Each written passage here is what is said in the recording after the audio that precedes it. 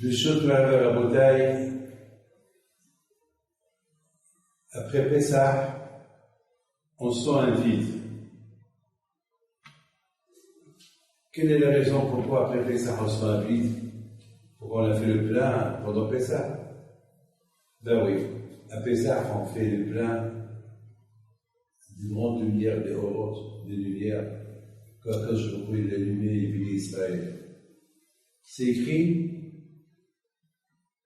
Vachem relève Lifnehem, quand je pourrais devant les d'Israël lorsqu'ils ont quitté l'Égypte. Et c'est écrit aussi quand je pourrais leur a fait le Hanan, la nuée pour les séparer des Égyptiens, parce que les Juifs ils étaient devant, les Égyptiens ils étaient derrière eux pendant les quelques jours qui les ont poursuivis pour les rapatrier, pour les ramener en Israël, en Égypte. Et à Kadosh Baruch Hu, il a fait une séparation. Mes amis, lorsque quelqu'un travaille sur soi pour se séparer de tout ce qui est révélé à la mazette, tout ce qui est bidon, à Kadosh Baruch Hu, il va devant lui. C'est la récompense que Kadosh Baruch Hu donne à quelqu'un qui essaye d'être avec Hachem. Alors Kadosh Baruch Hu, il aide, il est avec lui. Mes amis, on dit que lorsqu'il y a un peu l'histoire de Pessah à l'époque de Beth Amikdash, à l'époque du Yoshia, le roi Yoshia, un grand tzaddik, c'était à peu près une quarantaine d'années avant que le premier temple ait été détruit. Yoshia, c'est un grand tzaddik. C'est écrit que Yoshia, il a éliminé toute la Avodah Zarah, toute l'idolâtrie qu'il y avait en Israël. Malheureusement, vous savez que les Juifs, ils étaient idolâtres aussi. C'est de la folie. Mais écoutez, ils avaient le Beth Amikdash, il y avait des grands miracles au Beth Amikdash, et les Juifs, ils étaient idolâtres. Il y avait un vrai Sahara de l'idolâtrie. Vous savez, aujourd'hui, il n'y a pas de l'idolâtrie. Aujourd'hui, il y a pire que l'idolâtrie. Il y a des gens qui adorent le football. Pour eux, le football, c'est mieux que n'importe quoi. Je raconte une petite histoire. Il y avait une femme qui vient chez moi une fois. Et me dit, Rabbi David, j'ai un grand problème. Tous les enfants sont assimilés. Il me reste un seul enfant. Et malheureusement, lui aussi, il est en voie d'assimilation. Et pourtant, j'ai tout fait pour les mettre dans la Torah. J'aurais fait le Shabbat, j'aurais fait la Salat Kuit, j'aurais fait la Nafila, je leur faisais le Kiddush. Malheureusement, mon mari il est mort, et c'est moi qui ai élevé mes enfants. Ils sont religieux, ils jeûnent Kippour, papa. Et comment ça se fait? J'ai dit, il doit y avoir un problème. Il me dit, je peux vous montrer la photo de mes enfants. Elle prend une photo, et me la met en face de moi. Alors je vois dans la photo, je vois qu'il y avait les matzot, c'était la table de Pessah. Il y avait le plateau du Seder, il y avait la Haroset, il y avait les matzot, plateau de Shabbat, de Pessah. Il y avait l'eau et du sel, il y avait le maror, il y avait tout. Je dis, vous voyez Rabbi David? Même, regardez, et on fait Pessah. J'ai dit, madame, ben justement, dans cette photo-là que vous êtes en train de vous montrer, tout d'abord, cette photo a été prise quand? À Pessah. Et regardez, qu'est-ce qu'ils sont en train de voir? Ils sont en train de voir un match de football. Il n'y a pas la télévision dans la photo. Et vos enfants, ils tournent le dos à la table de Pessah, ils voient le football. C'est ça Pessah? C'est Pessah. Pessah, c'est des gata des Bédra. Pessah, c'est pour dire à tes enfants. Est-ce que tes enfants vont te croire? Oui, ils vont te croire. Pourquoi? Parce que c'est écrit l'île Shimorim Bolachem. À Kadosh Baruch Hu, il a donné la force à l'histoire d'être acceptée. Je répète, Hachem, tout ce qui est écrit dans la Torah, tout ce que la Torah elle écrit, c'est pour ça, lorsqu'il manque une lettre dans un Sefer Torah, tout le Sefer Torah est déplacé. Pourquoi? Parce que chaque lettre de la Torah elle est liée avec d'autres lettres. C'est des lumières, c'est des orot, c'est des lumières de Torah. Et si la Torah elle t'a dit, raconte à ton fils, il va te croire, il va te croire. La preuve, mon père, tout ce qu'il m'a raconté, c'est de ma tête. Je viens de ce qu'il m'a raconté mon père. Pourquoi? Parce qu'il m'a illuminé mes yeux. Parce que c'est la Torah. La Torah te dit, ce que la Torah te dit de faire, il faut faire. Cette Torah te dit, ne fais pas ça, ne fais pas ça. Et tu vas réussir. C'est écrit. C'est écrit. La nuit des Pessah, c'est écrit, l'île Shimorim Olam. C'est une nuit qu'elle est surveillée par Hachem pour toutes les générations, jusqu'à la venue de Mashiach. Cette nuit, elle est spéciale. Cette nuit, Hachem a rendu la nuit jour. C'est pour ça qu'on dit l'île Shimorim. On ne dit pas Laïla Shimorim. L'île Shimorim, ça veut dire la nuit qui est devenue jour. Et c'est écrit, écoutez bien ce que je vous dis, c'est écrit qu'à l'époque de Yoshia, ils étaient des grands idolâtres. Et Yoshia, il a nettoyé la terre d'Israël de l'idolâtrie. Il a rendu toute Eretz Israël de la Teshuvah. Et ils ont fait le premier Pessah, un Pessah, 40 ans avant la destruction de Beth Amikdash. Il a enlevé l'idolâtrie de Eretz Israël. Maintenant, vous savez, on ne peut pas faire Pessah. Tout le temps, ils ont fait Pessah. Mais lorsqu'il y a l'idolâtrie, tu ne sens pas Pessah. Quelqu'un qui aime trop le football, quelqu'un que, imaginez-vous, qu'il va y avoir un grand match de football la veille de Pessah. Et les jeunes vont parler du football, de ce match-là qu'il est important. Alors ça veut dire que le match de football, c'est l'idolâtrie. C'est le match de football qui est plus important que la fête de Pessah. Alors qu'est-ce qui reste de Pessah? Rien. C'est ça l'idolâtrie. Vous savez c'est quoi l'idolâtrie? L'idolâtrie, on l'appelle Avoda Zara, un travail étranger. L'idolâtrie, ça veut dire que tu aimes Hachem, pas assez. Tu aimes autre chose plus qu'Hachem. C'est ça l'idolâtrie. L'idolâtrie, c'est celui qui aime quelque chose d'autre plus qu'Hachem. C'est pour ça qu'on dit que l'amour d'Hachem vient lorsque tu annules tout ce qui est tout ce qui est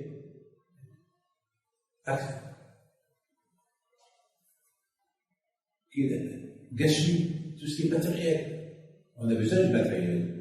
On veut beaucoup de matériel. Mais il ne faut pas que ça soit une priorité. Ça plus que ça. Il faut qu'on mette Hachem toujours en avance. Comme on a vu Abraham, Isaac et Jacob. Toujours il mettait Hachem en avant.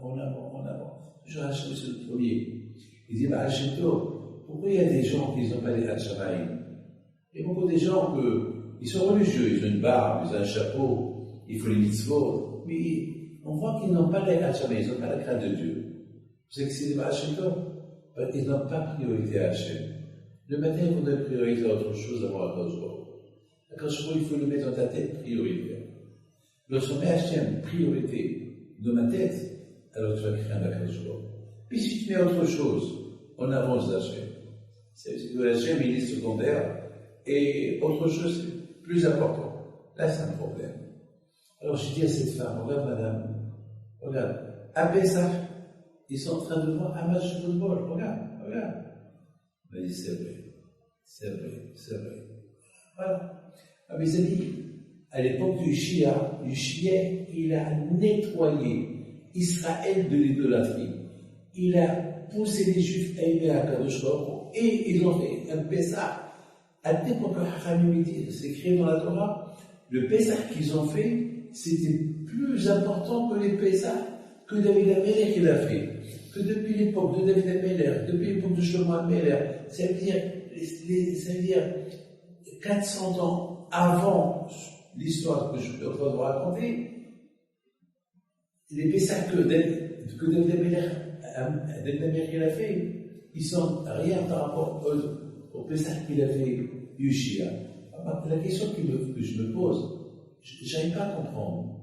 On dit que les temps, ils tombent. On dit qu'il y a ce qu'on appelle les générations, ils tombent de plus en plus. C'est-à-dire que les temps avant, c'était des époques extraordinaires. Alors, vous imaginez qu'à l'époque de David Ameller, vous savez ce qu'est David Ameller? Vous savez c'est quoi Pessah à l'époque de David Ameller? Vous savez c'est quoi Pessah à l'époque de Shlomo Ameller? On ne peut pas imaginer. À l'époque de Shlomo Ameller, c'était des Pessah de cette époque, c'était la Kedusha. Comment tu vas me dire que le Pessah qu'il a fait Yoshia, le roi Yoshia, 40 ans avant la destruction de Beth-Amikdash, il était plus important que les Pessah qu'ils ont fait. C'est comme c'est moi je vous dis que mon époque à moi, elle est meilleure que l'époque de Rabbi Shimon Bar Yochai. C'est des bêtises. Comme si moi je vous dis notre époque elle est mieux que l'époque de Rabbi Haim Pinto. C'est impossible. L'époque de Rabbi Haim Pinto, c'était une époque de Kedusha. Je vous dis, c'est pas facile de vivre avec l'époque d'aujourd'hui, c'est codé. Je me rappelle, je vous parle. Moi, j'ai grandi au Maroc. J'ai grandi dans une famille de tzadikim. J'ai jamais connu c'est quoi des vacances. Aujourd'hui, Pessah, c'est les vacances. Sukkot, les gens, tout le temps, les vacances de Hanouka, les vacances de Purim, et les vacances de l'école, et les vacances de janvier, et les vacances de Pessah, et de Sukkot, de Shavuot. Presque toute l'année, c'est des vacances. À mon époque, j'étais jeune, on ne savait pas c'est quoi des vacances. On savait pas c'est quoi des vacances. J'ai jamais vu mon père prendre des vacances. J'ai jamais vu ma mère prendre des vacances. Ça n'existait pas, les vacances. Aujourd'hui, c'est peut-être dans quelques temps, on va inventer les vacances.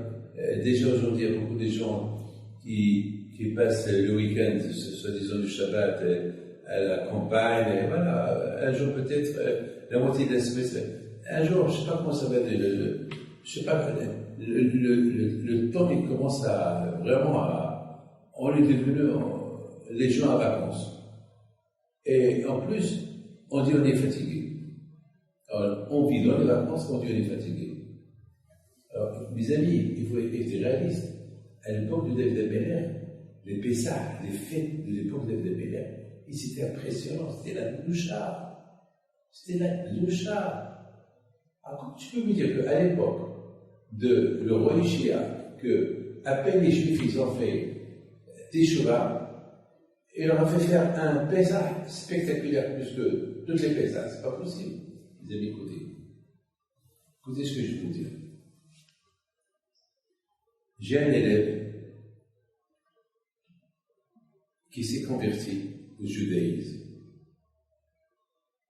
Là, comment il s'est converti? Il était en Guadeloupe. C'est un monsieur de la Guadeloupe. Et il a connu un copain d'école, un juif. Et ce juif lui dit, dis-moi, tu veux que je t'invite à Pessah, Pâques chez nous? Il a dit, oui, j'ai jamais vu les juifs comme ils font les fêtes. Je voudrais bien voir, c'est quoi Pâques chez vous? Moi, je sais, chez nous, l'Église catholique, on sait c'est quoi Pâques chez nous. Je voudrais bien voir comment c'est Pâques chez vous. Puis, il est venu. Et il écoute l'histoire.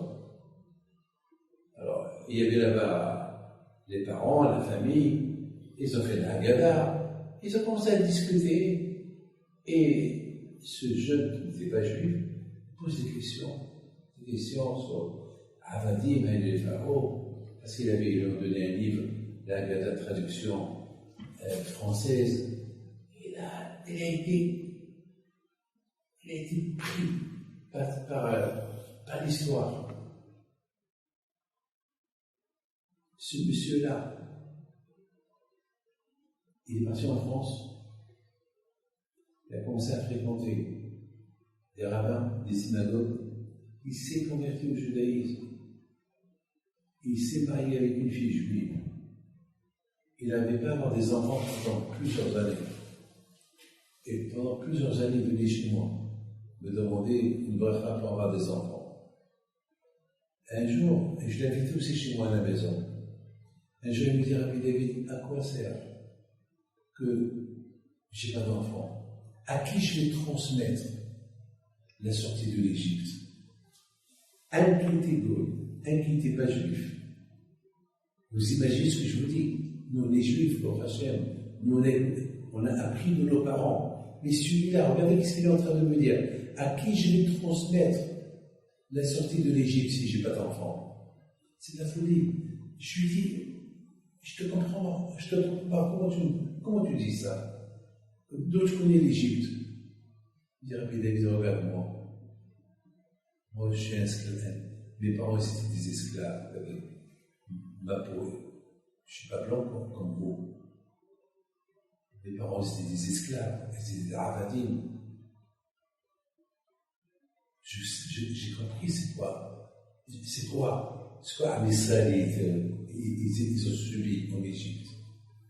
Et maintenant, je suis plus esclave, je suis esclave d'Hachem. Vous savez, il y a une barbe, un chapeau. Je veux des enfants pour leur transmettre. Lorsqu'on devient juif, ça y est, quand je vois beaucoup te donne des chamas juifs, non, on est déjà juif, on est né juif. Le secret de Pessah, c'est les orot, c'est les lumières de l'Ishimorim. Les lumières de la sortie de l'Égypte, ces lumières qui sont sorties du ciel, ils ont illuminé chaque juif. Et chaque prétendant, chacun qui va devenir un jour juif, il a le mérite d'avoir accès à ces lumières. C'est le cadeau du ciel. C'est le cadeau de la Kadosh Baruch. Vous voyez que la Hachem nous met sur un plateau. On a un plateau. À toi de vouloir. Ah, mes amis, ce monsieur-là, il est venu de loin. Mais il a travaillé. Être juif, c'est pas facile. Il a travaillé. Il a écouté l'histoire. Il a commencé à rentrer dans l'histoire. Il a commencé à essayer à comprendre l'histoire. Il a commencé à se rapprocher d'Hachem. Il a commencé à faire des efforts. Ses copains l'insultaient. Ses copains se moquaient de lui. Ouais, tu es fou. Ben, t'es fou, tu sais pas ce que tu fais. Mais malgré tout, il a subi et des hontes. Il y avait des problèmes avec ses parents. Et ses parents, ils l'ont jeté de la maison. Il devait faire le moment de Medat Tzedaka pour manger, pour être invité quelque part, pour avoir un Shabbat pour manger, le kasher. Il a souffert. Et bon, Hachem, cette phrase qu'il a dit, à qui je vais transmettre, la même année, sa femme est tombée enceinte, elle a eu des enfants.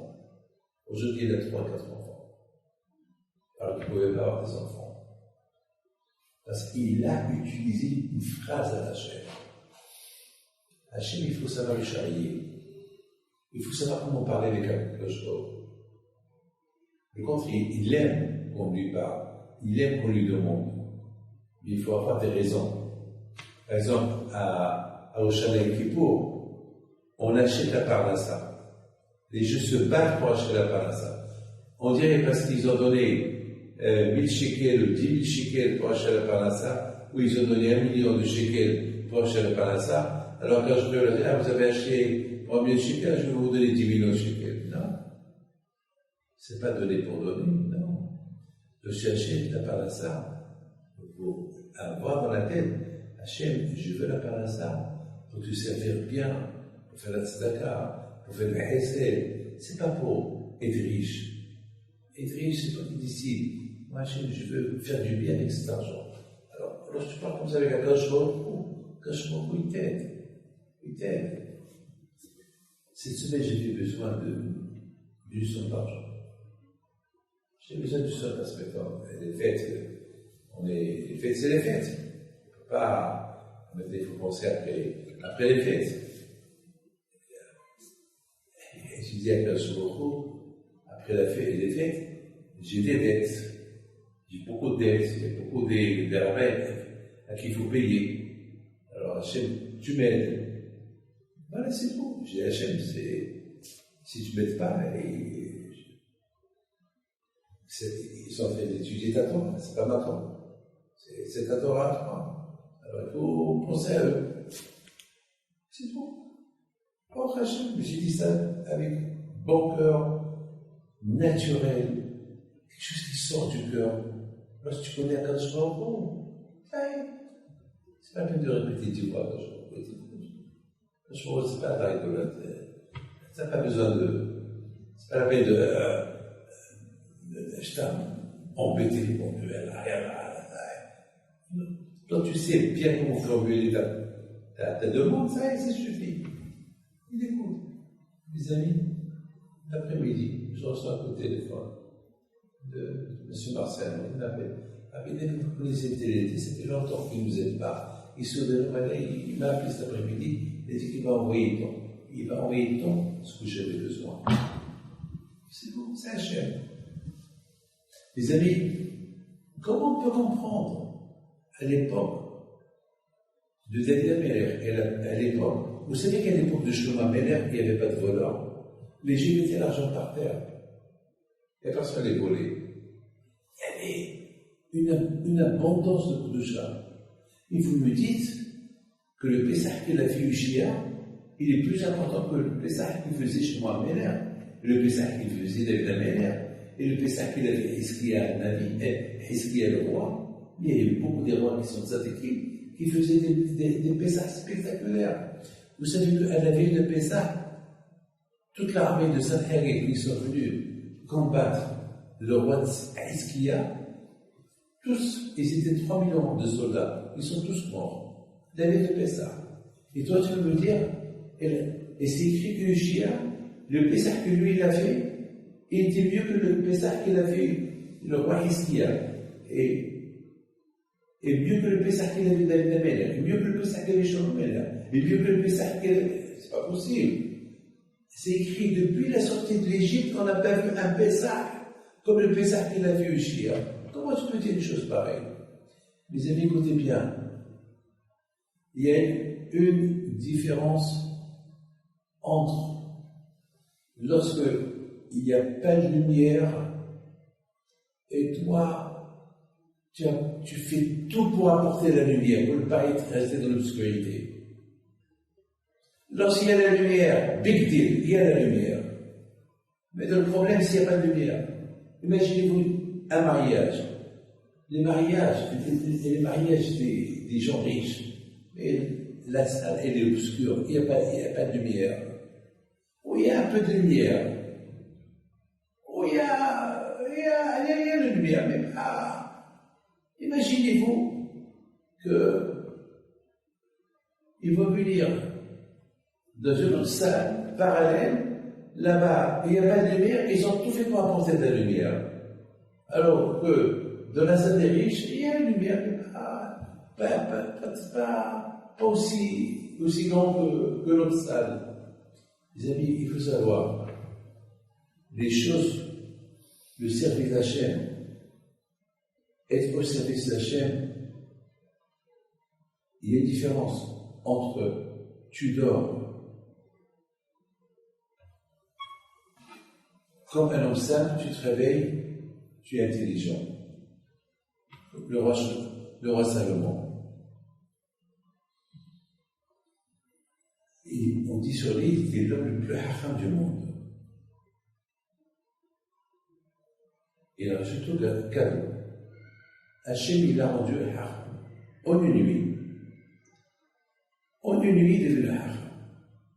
Hachem lui a donné un cadeau. Mes amis, il y a une différence lorsqu'on gagne au loto et lorsqu'on travaille pour être riche. Ceux qui gagnent le loto, de la même façon qu'ils ont gagné de l'argent, ils peuvent le perdre. Mais quelqu'un qui a travaillé dur pour être riche ne va pas perdre l'argent seul. Il va faire attention parce qu'il a gagné l'argent à l'aide de son francs. C'est pour ça qu'Adam Arishon, il a trouvé. Parce qu'Adam Arishon, dans sa chambre, il a créé, il était intelligent. Il avait tout. Il avait tout. Alors, tellement qu'il avait tout, il a fauté. Un enfant gâté, parce que tout ce qu'il veut, on lui donne, à la fin, il te donne un coup de pied. On apprécie uniquement lorsqu'on a la chose avec souffrance. Les ministres, lorsqu'ils ont quitté l'Égypte, avec tous les miracles qu'ils ont fait, à la fin, ils ont fait le veau d'or. Parce qu'ils ont reçu tout gratuit. Pour réussir dans la vie, il faut travailler. Il faut travailler les méthodes, les qualités, il faut travailler, combattre le Sahara. Et c'est quand je vais combattre le Sahara à ta place. Alors tu fais quoi?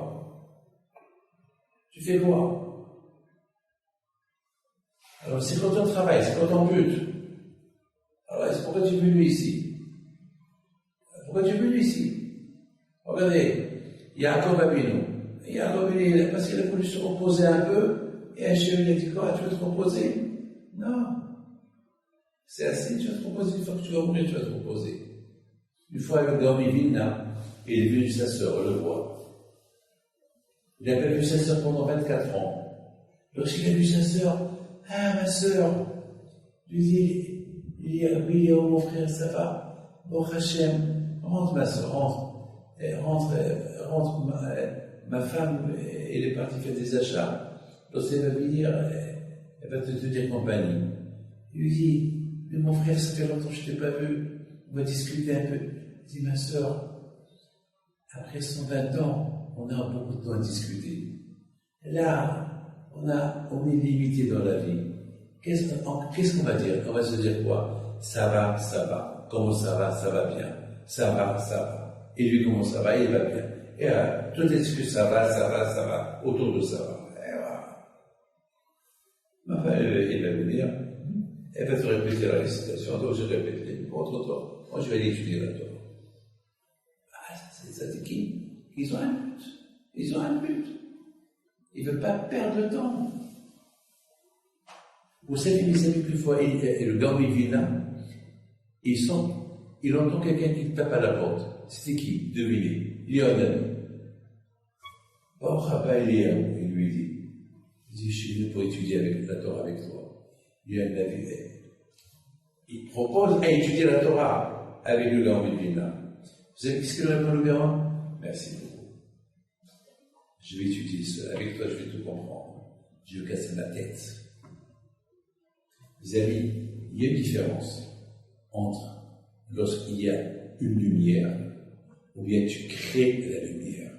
Eh bien, Yoshia, il a créé la lumière. C'est ça qui a fait le Pessah de Yoshia. Le Pessah qu'il a fait Yoshia, il était le meilleur. Pourquoi? Parce que lui, il a créé cette lumière qu'elle a disparu. Cette lumière qu'elle a disparu de la circulation à cause de l'idolâtrie, elle a disparu. Lui, il a recréé, il a rapporté. À l'époque de David Améler, il y avait déjà la lumière de Pessah. À l'époque de Shlomo Améler, il y avait déjà la lumière de Pessah. À l'époque de toute cette équipe, la lumière existait. Il n'y avait pas de travail à faire. Elle était là. Mais cette lumière, elle s'est éteinte. Et le fait qu'elle s'est éteinte, les gens faisaient Pessah, mais on ne sentait pas le Pessah. Et le Shia, il a recréé, il a rapporté cette lumière-là.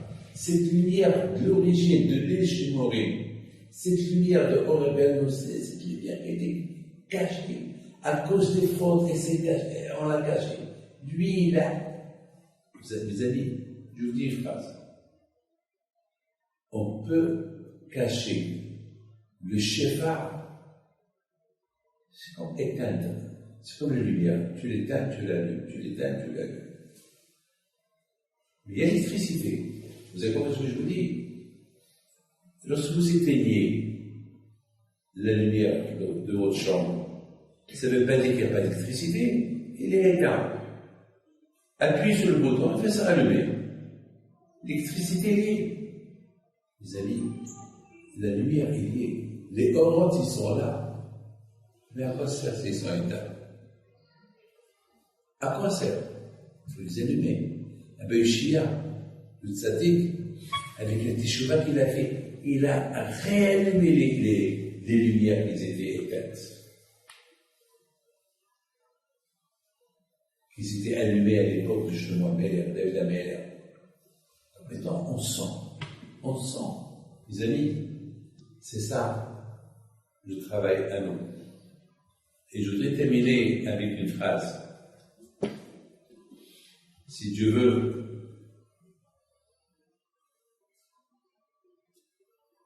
à partir de cette semaine, on commence à lire Pirkei Avot. Pourquoi on ne lit pas Pirkei Avot avant Rosh Hashanah? À Rosh Chodesh Elul, jusqu'à Kippour. Pourquoi on n'est pas... Vous savez, mes amis, que Pirkei Avot, c'est un livre. Il a les paroles de Hachamim. Il t'apprend comment maîtriser ta colère, comment être un bon juif. Il y a beaucoup d'émouna dans Pirkei Avot. Si vous avez de Pessah jusqu'à Shavuot, on lit Pirkei Avot. Chaque Shabbat, pendant 6 Shabbatot, on lit Pirkei Avot. Pourquoi on ne lit pas ce livre-là avant Rosh Hashanah, avant Kippour? Pourquoi avant Pessah? Pourquoi on commence à Pessah? Pour le terminer à Shavuot. Pourquoi? C'est pourquoi, mes amis, parce qu'à Pessah, on reçoit du gratuit. À Pessah, chaque juif, il reçoit un cadeau du bon Dieu. On reçoit un cadeau du bon Dieu. On reçoit un peu de l'Ilchimorim Olachem. On reçoit un peu de la bonté, un peu de lumière de Pessah. Chaque juif reçoit un peu. Comme ce monsieur-là qui s'est converti. Quand est-ce qu'il s'est réveillé? Il n'était pas juif, il était goy. Mais il s'est réveillé à Pessah. L'histoire est rentrée dans sa tête. L'histoire est rentrée dans sa tête. Et il est devenu aujourd'hui plus religieux que moi. Mais je le vois, il veut embrasser les mains, je ne donne pas mes mains. J'ai honte de lui. J'ai honte. Parce que je vois comment il sert à Kadosh Baruch Hu. Je vois, il n'a pas. La Torah, c'est pas un héritage. La Torah, un qu'il est né, ses origines sont esclaves. Et voilà, aujourd'hui, non seulement qu'il est un homme libre, mais c'est un bon juif, un bon tzaddik. C'est dur, hein? Parce qu'il a travaillé. Alors, à Pessah, on reçoit du gratuit. Vous avez compris? À Pessah, on profite des lumières que Hachem, il a envoyées la veille de la sortie d'Égypte. Et ces lumières-là, se réveillent chaque année. Mais, à la fin de Pessah, ça dépend de nous. Ou on les perd, ou bien on se travaille, nous, pour ne pas les perdre. Aujourd'hui, c'est la fin. Aujourd'hui, c'est la fin de Pessah. Aujourd'hui, c'est ce qu'on appelle Issour Hag. Issour Hag, ça veut dire un jour après Pessah. Vous savez, c'est quoi le mot Issour Hag? Il y a un grand tzaddik qui dit Issour, c'est assir, comme un prisonnier qui est attaché. Barbeau. C'est comme un prisonnier on attache ses mains avec de la ficelle. Après la fête, pour ne pas qu'on perde les valeurs qu'on a acquises pendant la fête, alors attache-les autour de tes mains. Attache ces lumières de Pessah autour de tes mains. Ils sont had ba'abutin. Voilà, attache. Lorsqu'on attache quelqu'un, on le tire. Alors nous aussi, il faut qu'on tire derrière nous les lumières de Pessah. Pour ça, mes amis, réellement. On a reçu du gratuit. Alors, c'est comme les amis, si je donne l'argent à quelqu'un pour qu'il vive, alors si je donne une belle somme, alors s'il est intelligent, il va l'investir. Il faut que ça fait toujours un bénéfice. Comme ça, il gagne. Il devient milliardaire. Sinon, il va aller au casino, il va aller jouer, il va tout perdre. Tout le profit de Pessah, on peut le perdre après Pessah. Après Pessah, on continue Pessah. Jusqu'à Shavuot. Du Shavuot jusqu'à Rosh Hashanah. De Rosh Hashanah jusqu'à Sukkot. De Sukkot jusqu'à Simchat Torah. Du Simchat Torah jusqu'à Hanouka. De Hanouka à Purim Pessah. Et voilà. Le cercle qui tourne. Et c'est la raison, mes amis, pourquoi on les pédale. On les pédale pour ce travail de nos mibotes. Voilà, mes amis, que je vous protège, je vous donne à vous tous le haut que vous avez compris, que Yoshia, le roi Yoshia, le Pessah qu'il a fait, qui était plus important que tous les Pessah des autres, même qu'ils étaient des grandes tzadikim, parce que Pessah, il a ramené ce qui a disparu. Il a ramené les orotes, il a ramené la lumière qui s'est éteinte. Cette lumière de Pessah. Étant donné qu'il a ramené, il y avait une obscurité. Parce qu'ils étaient tous des idolâtres. On ne peut pas être idolâtre et croire en Dieu, c'est impossible. Ça ne marche pas. Tu ne peux pas dire que j'y crois en Dieu, et au lieu d'aller à la synagogue, tu vas avoir un match de football. Vous savez qui c'est avec quelqu'un? J'ai posé la question, s'il y avait un match très important à Shabbat. Et ce quelqu'un, je sais qu'il adore le football.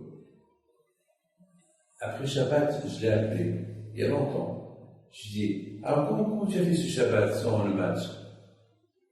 Il a été très naïf. Il dit, je l'ai enregistré. Je dis, comment tu l'as enregistré? Il m'a dit, j'ai enregistré, à l'époque, les gens, ils enregistraient les films, ils enregistraient les choses avec la télévision. J'ai dit, mais c'est Shabbat. Elle dit, je sais, mais je voulais voir.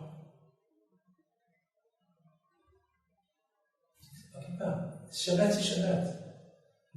Dans la vie, il faut être intransigeant. Il y a des gens aujourd'hui qui disent, il faut être transigeant, il ne faut pas être. C'est pas vrai. Je m'excuse. On ne peut pas être à moitié. Je ne peux pas aimer mon fils un jour oui, un jour non. Non. Je ne peux pas aimer l'argent un jour oui, un jour non. Je ne peux pas aimer ma femme un jour oui, un jour non. Non. On ne tient pas. C'est pareil. Kashmir, il nous a donné beaucoup de mitzvot. Il ne nous a pas donné du temps pour nous, que pour lui.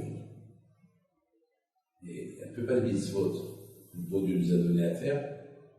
On profite beaucoup de ces mitzvot. Hein. On s'éclate avec ces mitzvot. Alors, un peu pour lui, un peu pour nous. Et si on ne travaille que pour nous, on laisse la chaîne de côté. Ou bien le contraire, on fait croire au bon Dieu qu'on l'aime et nous on fait ce qu'on veut. On est pas avec lui. C'est ça, Pessah. Pessah, c'est savoir sauter. Pam, pam, pam, pam. Tu sautes. Tu donnes pas le temps à s'arrêter. Tu sautes.